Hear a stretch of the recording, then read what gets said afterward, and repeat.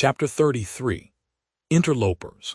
Now do those two gentlemen not very neat about the cuffs and buttons who attended the last coroner's inquest at the Saul's Arms reappear in the precincts with surprising swiftness, being, in fact, breathlessly fetched by the active and intelligent Beadle, and institute perquisitions through the court, and dive into the Saul's parlor, and write with ravenous little pens on tissue paper. Now do they note down, in the watches of the night, how the neighborhood of Chancery Lane was yesterday, at about midnight, thrown into a state of the most intense agitation and excitement by the following alarming and horrible discovery.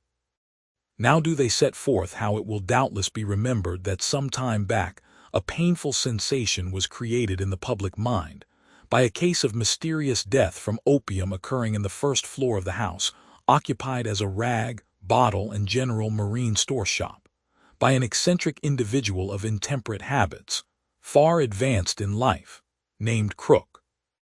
And how, by a remarkable coincidence, Crook was examined at the inquest, which it may be recollected was held on that occasion at the Saul's Arms, a well-conducted tavern immediately adjoining the premises in question on the west side, and licensed to a highly respectable landlord, Mr.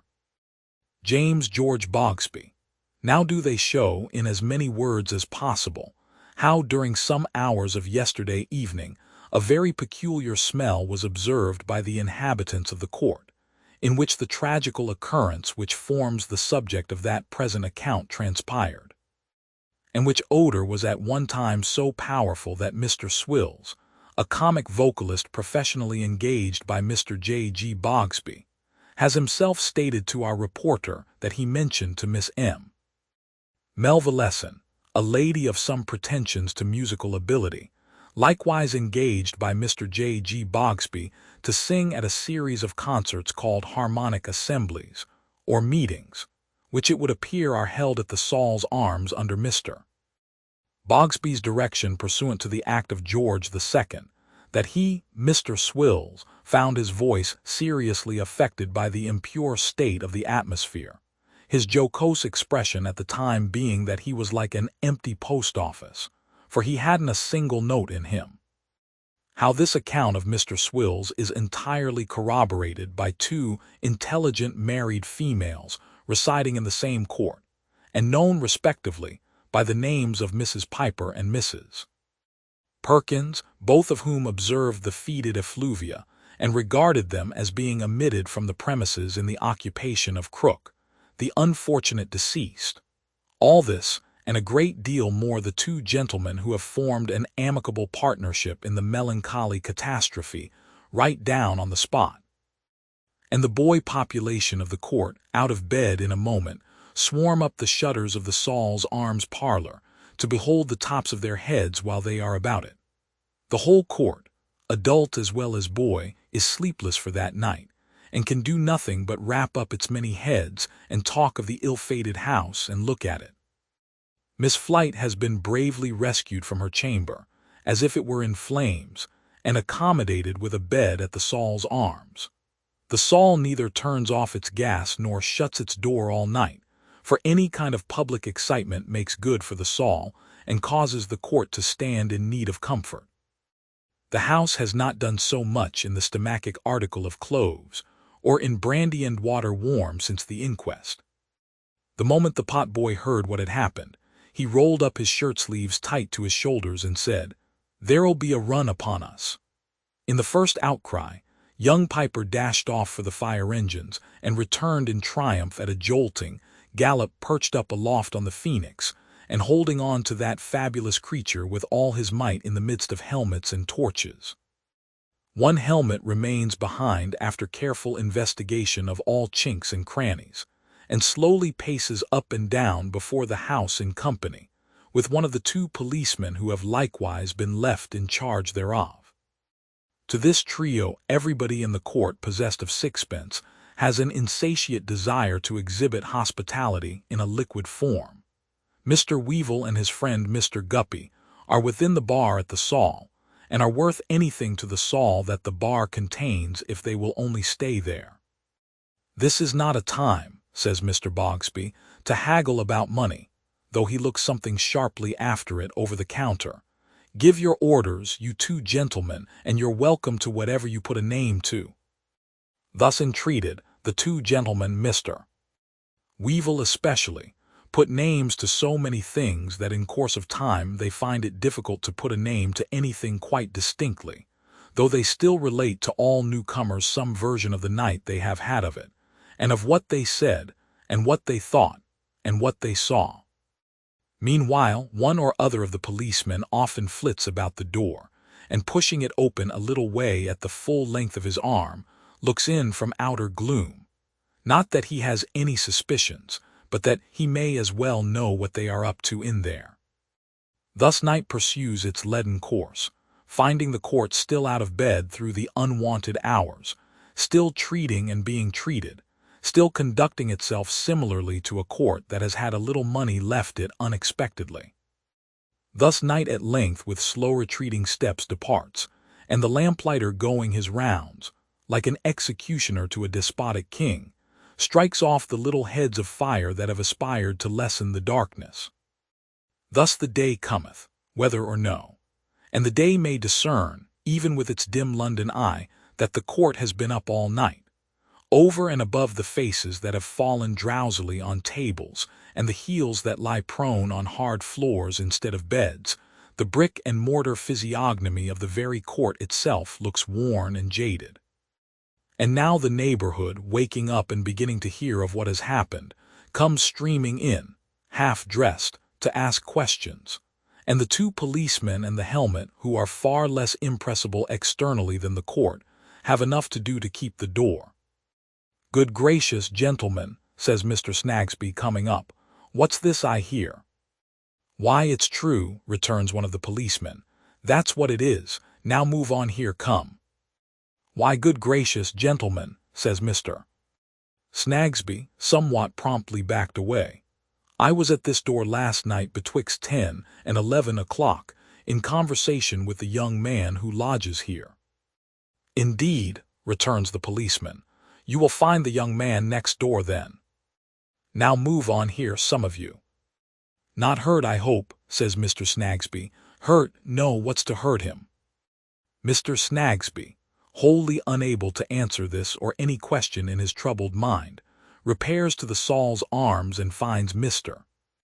Weevil languishing over tea and toast with a considerable expression on him of exhausted excitement and exhausted tobacco smoke. "And Mr. Guppy likewise," quoth Mr. Snagsby. "Dear, dear, dear, what a fate there seems in all this. And my lit." Mr. Snagsby's power of speech deserts him in the formation of the words, "my little woman." For to see that injured female walk into the Saul's Arms at that hour of the morning and stand before the Berengen, with her eyes fixed upon him like an accusing spirit, strikes him dumb. "My dear," says Mr. Snagsby when his tongue is loosened, "will you take anything? A little, not to put too fine a point upon it, drop of shrub." "No," says Mrs. Snagsby. "My love, you know these two gentlemen." "Yes," says Mrs.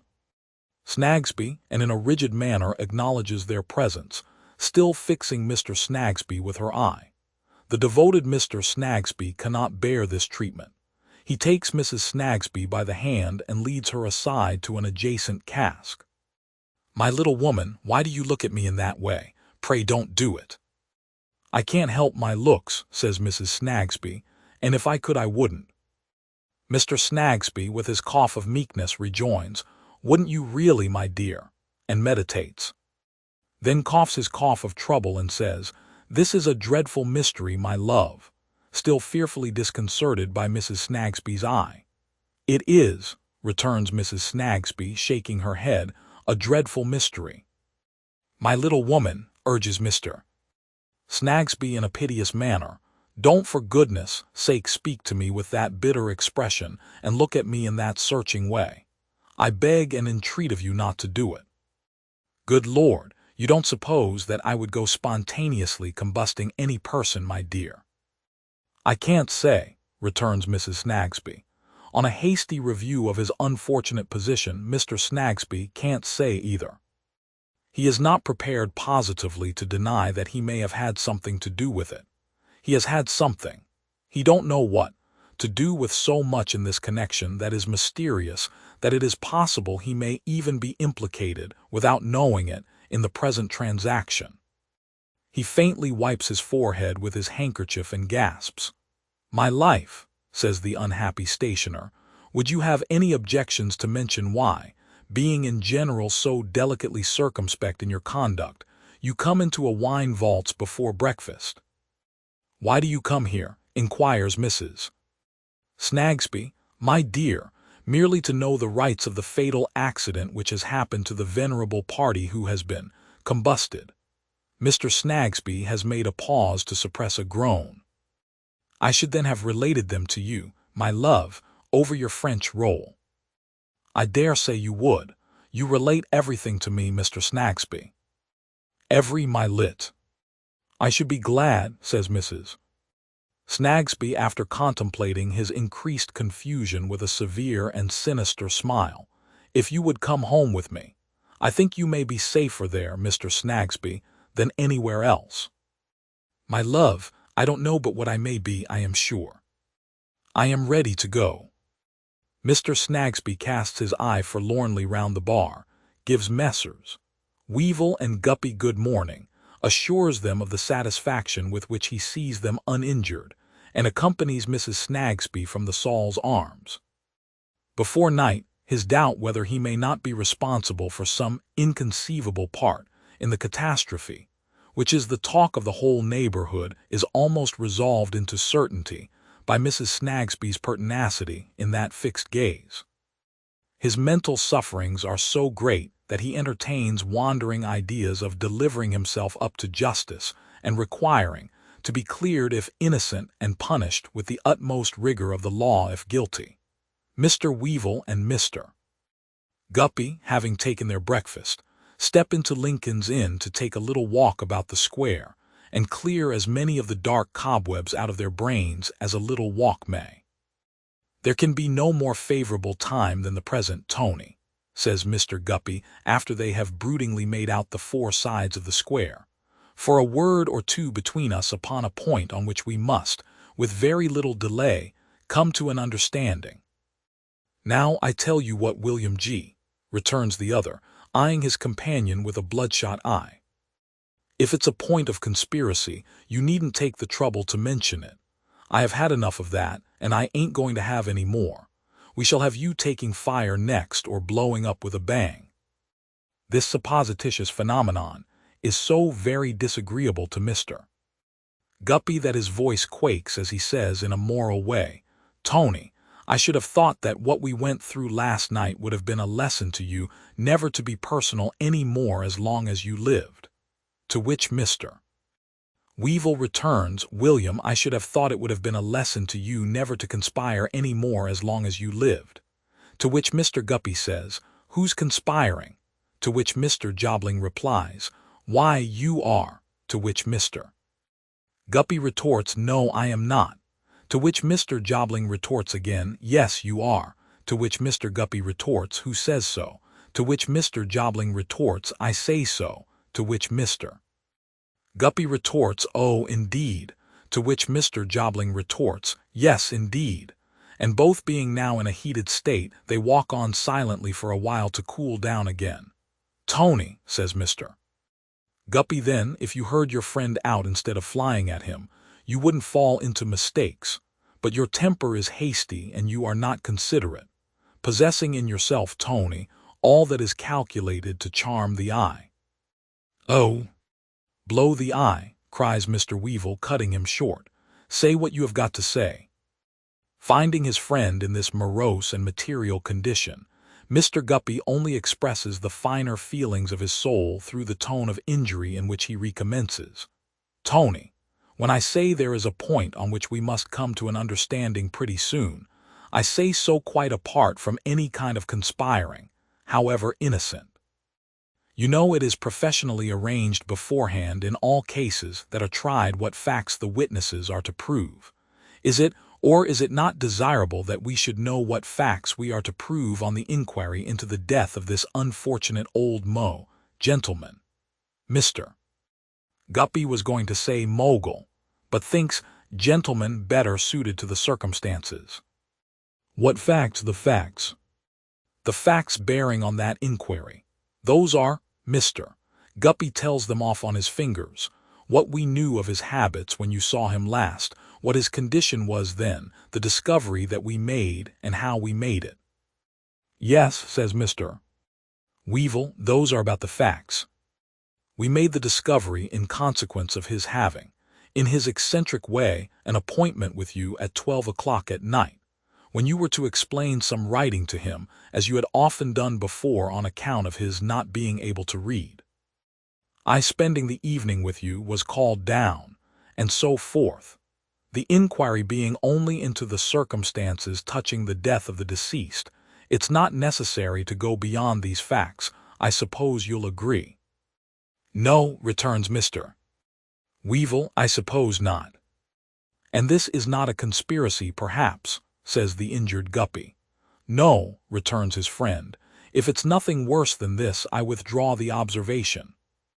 Now, Tony, says Mr. Guppy, taking his arm again and walking him slowly on, I should like to know, in a friendly way, whether you have yet thought over the many advantages of your continuing to live at that place. What do you mean? Says Tony, stopping. Whether you have yet thought over the many advantages of your continuing to live at that place, repeats Mr. Guppy, walking him on again. At what place? That place, pointing in the direction of the rag and bottle shop. Mr. Guppy nods. Why, I wouldn't pass another night there for any consideration that you could offer me, says Mr. Weevil, haggardly staring. Do you mean it, though, Tony? Mean it? Do I look as if I mean it? I feel as if I do, I know that, says Mr. Weevil with a very genuine shudder. Then the possibility or probability, for such it must be considered, of your never being disturbed in possession of those effects lately belonging to a lone old man who seemed to have no relation in the world, and the certainty of your being able to find out what he really had got stored up there, don't weigh with you at all against last night, Tony, if I understand you, says Mr. Guppy, biting his thumb with the appetite of vexation. Certainly not. Talk in that cool way of a fellow's living there, cries Mr. Weevil indignantly. Go and live there yourself. Oh, Tony, says Mr. Guppy, soothing him. I have never lived there and couldn't get a lodging there now, whereas you have got one. You are welcome to it, rejoins his friend, and ugh, you may make yourself at home in it. Then you really and truly at this point, says Mr. Guppy, give up the whole thing if I understand you, Tony. You never, returns Tony with a most convincing steadfastness, said a truer word in all your life. I do. While they are so conversing, a hackney coach drives into the square, on the box of which vehicle a very tall hat makes itself manifest to the public. Inside the coach, and consequently not so manifest to the multitude, though sufficiently so to the two friends, for the coach stops almost at their feet, are the venerable Mr. Smallweed and Mrs. Smallweed, accompanied by their granddaughter Judy. An air of haste and excitement pervades the party, and as the tall hat, surmounting Mr. Smallweed the younger, alights, Mr. Smallweed the elder pokes his head out of window and bawls to Mr. Guppy, "How de do, sir? How de do? What do Chick and his family want here at this time of the morning, I wonder?" says Mr. Guppy, nodding to his familiar. "My dear sir," cries Grandfather Smallweed, "would you do me a favor? Would you and your friend be so very obliging as to carry me into the public house in the court, while Bart and his sister bring their grandmother along? Would you do an old man that good turn, sir?" Mr. Guppy looks at his friend, repeating inquiringly, "The public house in the court," and they prepare to bear the venerable burden to the Saul's arms. "There's your fare," says the patriarch to the coachman with a fierce grin, and shaking his incapable fist at him. "Ask me for a penny more, and I'll have my lawful revenge upon you. My dear young men, be easy with me, if you please. Allow me to catch you round the neck. I won't squeeze you tighter than I can help. Oh, Lord, oh, dear me, oh, my bones." It is well that the Saul is not far off, for Mr. Weevil presents an apoplectic appearance before half the distance is accomplished, with no worse aggravation of his symptoms, however, than the utterance of divers croaking sounds expressive of obstructed respiration. He fulfills his share of the porterage, and the benevolent old gentleman is deposited by his own desire in the parlor of the Saul's Arms. "Oh, Lord!" gasps Mr. Smallweed, looking about him breathless from an armchair. "Oh, dear me! Oh, my bones and back! Oh, my aches and pains! Sit down, you dancing, prancing, shambling, scrambling poll parrot! Sit down!" This little apostrophe to Mrs. Smallweed is occasioned by a propensity on the part of that unlucky old lady, whenever she finds herself on her feet, to amble about, and set to inanimate objects, accompanying herself with a chattering noise, as in a witch dance. A nervous affection has probably as much to do with these demonstrations as any imbecile intention in the poor old woman, but on the present occasion they are so particularly lively in connection with the Windsor armchair, fellow to that in which Mr. Smallweed is seated, that she only quite desists when her grandchildren have held her down in it, her lord in the meanwhile bestowing upon her, with great volubility, the endearing epithet of a pig-headed jackdaw, repeated a surprising number of times. "My dear sir," Grandfather Smallweed then proceeds, addressing Mr. Guppy, "there has been a calamity here. Have you heard of it, either of you?" "Heard of it, sir? Why, we discovered it." "You discovered it? You two discovered it?" "Bart, they discovered it."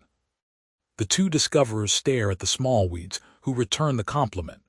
"My dear friends," whines Grandfather Smallweed, putting out both his hands, "I owe you 1,000 thanks for discharging the melancholy office of discovering the ashes of Mrs.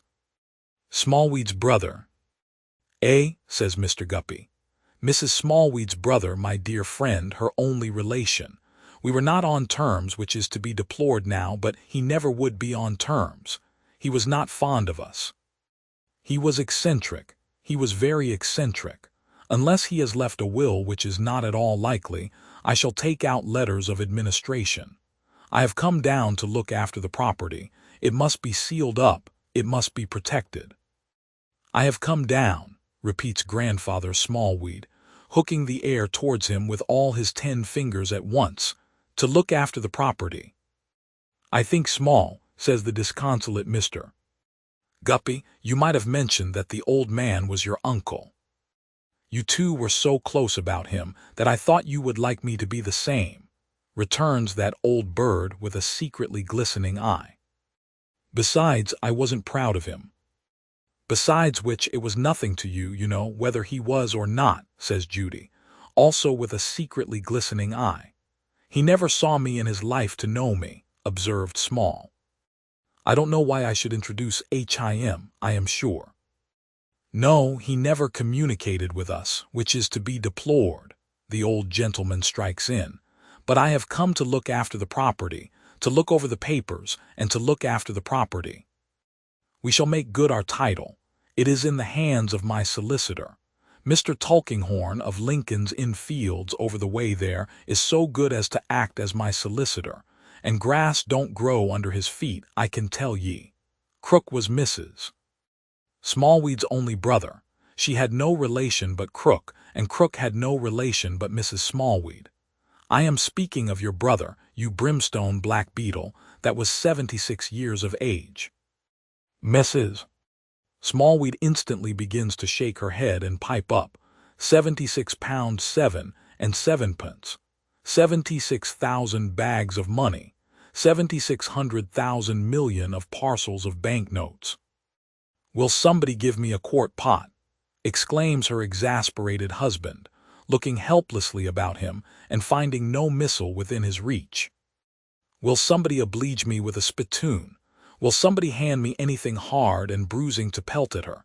You hag, you cat, you dog, you brimstone barker." Here Mr. Smallweed, wrought up to the highest pitch by his own eloquence, actually throws Judy at her grandmother in default of anything else, by butting that young virgin at the old lady with such force as he can muster, and then dropping into his chair in a heap. "Shake me up, somebody, if you'll be so good," says the voice from within the faintly struggling bundle into which he has collapsed. "I have come to look after the property. Shake me up, and call in the police on duty at the next house to be explained to about the property. My solicitor will be here presently to protect the property. Transportation or the gallows for anybody who shall touch the property." As his dutiful grandchildren set him up, panting and putting him through the usual restorative process of shaking and punching, he still repeats like an echo, the property. The property. Mr. Weevil and Mr. Guppy look at each other, the former as having relinquished the whole affair, the latter with a discomfited countenance as having entertained some lingering expectations yet. But there is nothing to be done in opposition to the Smallweed interest. Mr. Tulkinghorn's clerk comes down from his official pew in the chambers to mention to the police that Mr. Tulkinghorn is answerable for its being all correct about the next of kin, and that the papers and effects will be formally taken possession of in due time and course. Mr.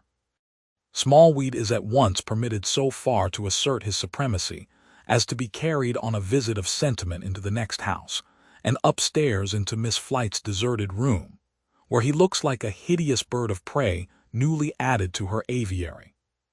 The arrival of this unexpected heir soon taking wind in the court still makes good for the Saul, and keeps the court upon its mettle. Mrs. Piper and Mrs. Perkins think it hard upon the young man if there really is no will, and consider that a handsome present ought to be made him out of the estate. Young Piper and young Perkins, as members of that restless juvenile circle which is the terror of the foot passengers in Chancery Lane, crumble into ashes behind the pump and under the archway all day long, where wild yells and hootings take place over their remains. Little Swills and Miss M. Melvilleson enter into affable conversation with their patrons, feeling that these unusual occurrences level the barriers between professionals and non-professionals. Mr.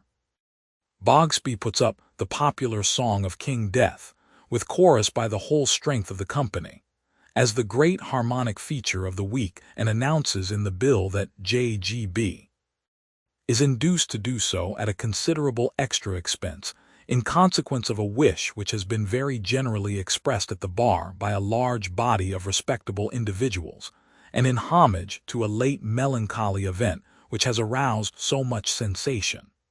There is one point connected with the deceased upon which the court is particularly anxious, namely, that the fiction of a full-sized coffin should be preserved, though there is so little to put in it.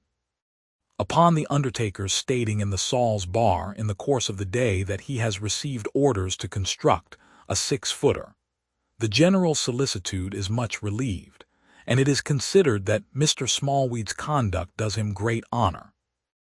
Out of the court, and a long way out of it, there is considerable excitement too, for men of science and philosophy come to look, and carriages set down doctors at the corner who arrive with the same intent, and there is more learned talk about inflammable gases and phosphuretted hydrogen than the court has ever imagined. Some of these authorities, of course the wisest, hold with indignation that the deceased had no business to die in the alleged manner, and being reminded by other authorities of a certain inquiry into the evidence for such deaths reprinted in the 6th volume of the Philosophical Transactions, and also of a book not quite unknown on English medical jurisprudence, and likewise of the Italian case of the Countess Cornelia Bawdy, as set forth in detail by one Bianchini, prebendary of Verona, who wrote a scholarly work or so, and was occasionally heard of in his time as having gleams of reason in him, and also of the testimony of Messrs. Fodor and Mere, 2 pestilent Frenchmen who would investigate the subject, and further, of the corroborative testimony of Monsieur Lecat, a rather celebrated French surgeon once upon a time, who had the unpoliteness to live in a house where such a case occurred, and even to write an account of it.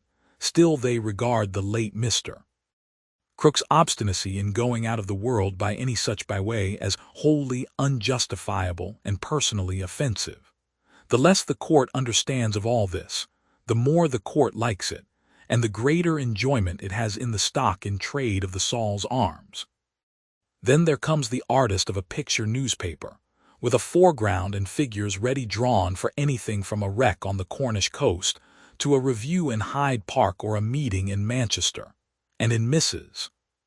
Perkins' own room, memorable evermore, he then and there throws in upon the block Mr. Crook's house, as large as life, in fact considerably larger, making a very temple of it.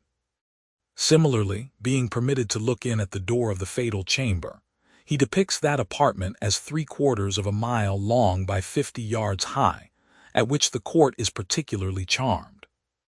All this time, the two gentlemen before mentioned pop in and out of every house and assist at the philosophical disputations, go everywhere and listen to everybody, and yet are always diving into the Saul's parlor and writing with the ravenous little pens on the tissue paper.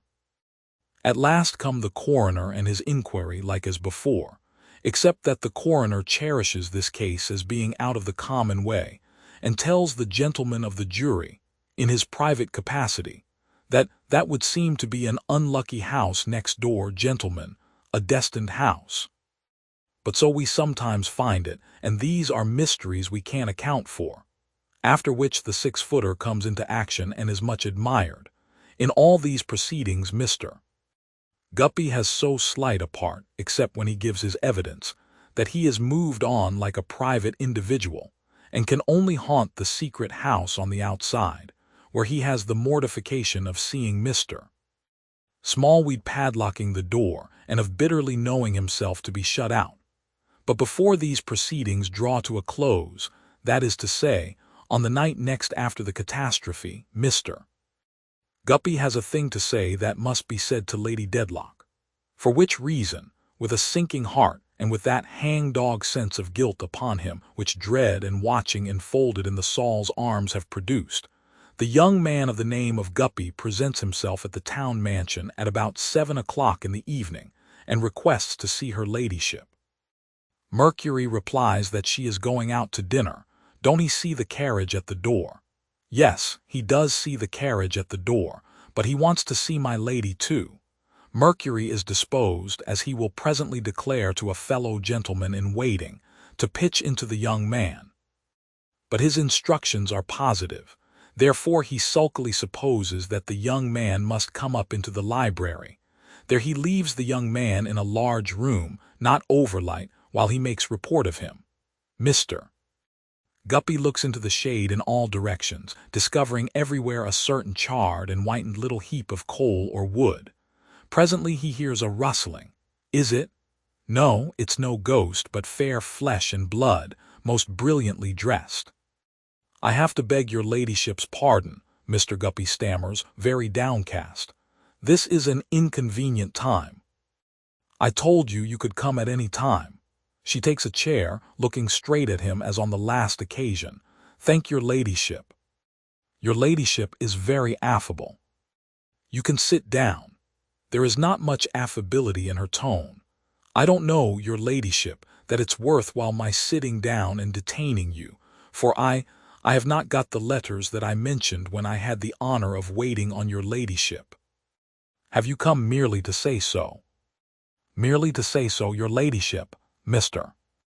Guppy, besides being depressed, disappointed, and uneasy, is put at a further disadvantage by the splendor and beauty of her appearance. She knows its influence perfectly, has studied it too well to miss a grain of its effect on anyone.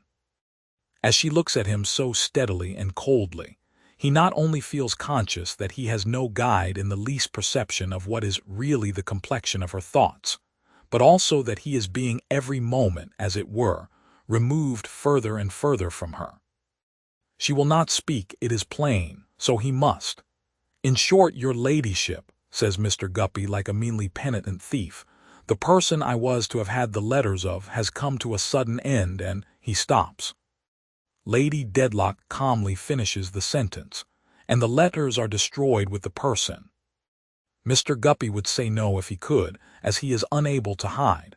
"I believe so, your ladyship." If he could see the least sparkle of relief in her face now. No, he could see no such thing, even if that brave outside did not utterly put him away, and he were not looking beyond it and about it. He falters an awkward excuse or two for his failure. "Is this all you have to say?" inquires Lady Dedlock, having heard him out, or as nearly out as he can stumble. "Mr. Guppy thinks that's all. You had better be sure that you wish to say nothing more to me, this being the last time you will have the opportunity." Mr. Guppy is quite sure, and indeed he has no such wish at present by any means. "That is enough. I will dispense with excuses. Good evening to you." And she rings for Mercury to show the young man of the name of Guppy out. But in that house, in that same moment, there happens to be an old man of the name of Tulkinghorn. And that old man, coming with his quiet footstep to the library, has his hand at that moment on the handle of the door, comes in, and comes face to face with the young man as he is leaving the room. One glance between the old man and the lady, and for an instant the blind that is always down flies up. Suspicion, eager and sharp, looks out. Another instant, close again. "I beg your pardon, Lady Dedlock." "I beg your pardon 1,000 times. It is so very unusual to find you here at this hour. I suppose the room was empty. I beg your pardon." "Stay," she negligently calls him back. "Remain here, I beg. I am going out to dinner." I have nothing more to say to this young man. The disconcerted young man bows as he goes out, and cringingly hopes that Mr. Tulkinghorn of the Fields is well. "Aye," says the lawyer, looking at him from under his bent brows, though he has no need to look again, not he. "From Kenge and Carboys, surely." "Kenge and Carboys, Mr. Tulkinghorn. Name of Guppy, sir." "To be sure. Why, thank you, Mr. Guppy, I am very well." "Happy to hear it, sir." "You can't be too well, sir, for the credit of the profession." "Thank you, Mr. Guppy." Mr. Guppy sneaks away. Mr. Tulkinghorn, such a foil in his old-fashioned rusty black to Lady Dedlock's brightness, hands her down the staircase to her carriage. He returns rubbing his chin, and rubs it a good deal in the course of the evening.